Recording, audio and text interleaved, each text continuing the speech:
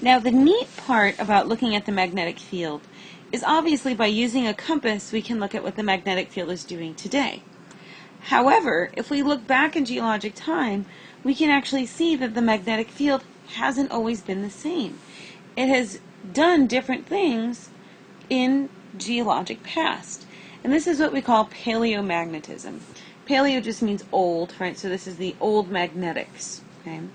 So paleomagnetism is looking at, right, the old magnetics that we can find in the rocks. So you might be saying, well, first of all, how does magnetic information get recorded in the rocks itself? Which is an excellent question.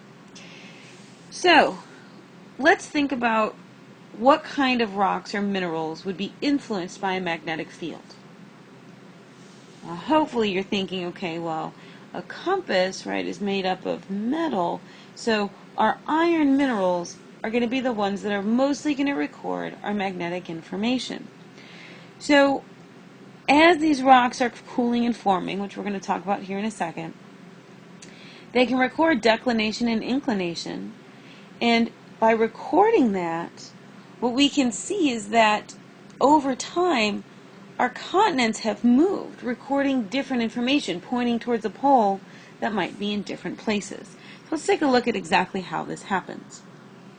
So first of all, like I said, paleomagnetism is recorded in old rocks, right, with our mineral iron. So let's take a look. Let's say here we've got a volcano that's erupting, right? We've got a lava flow coming out. Let's say that lava flow has a lot of iron in it. Well, while that temperature is really high, all of the iron minerals, which is going to be represented by these arrows here, are pointing in different directions because the lava's hot, the magma's hot, right? So all these different minerals are pointing in different directions. So if I was to take a sample of lava and look at it under a microscope, if I could, I would see that all of my iron grains are pointing in different directions. Nothing's pointing towards actual north like a compass. However, as that iron starts to cool, what happens is those mineral grains start lining up with magnetic north and south, exactly like a compass would. Now, the best part about this is once they line up, right, they've formed, the rock is cooled, this information stays there forever.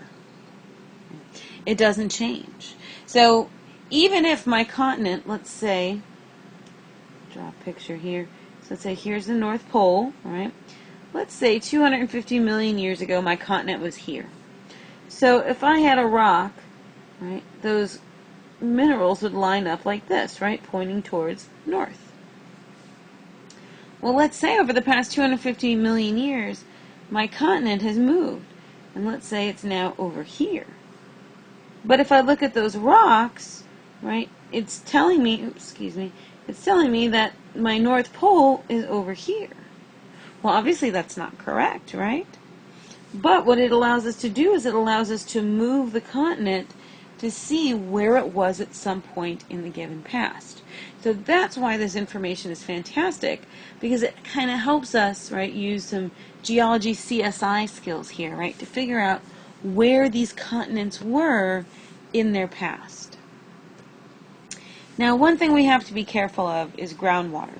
So geology is never this cut and dry. So let's say, right, in these rocks here, I've got a lot of iron, and they've recorded a magnetic information for, let's say, 100 million years ago.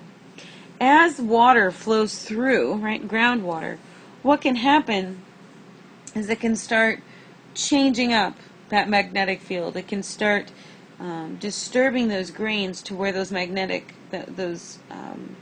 minerals are going to start lining up with today's magnetics. So we have to be very careful when we look at paleomagnetism to make sure we're not looking at anything that is altered, that we're looking at real, true information from some point in the past, which is like, again, why we really like to look at those lava flows.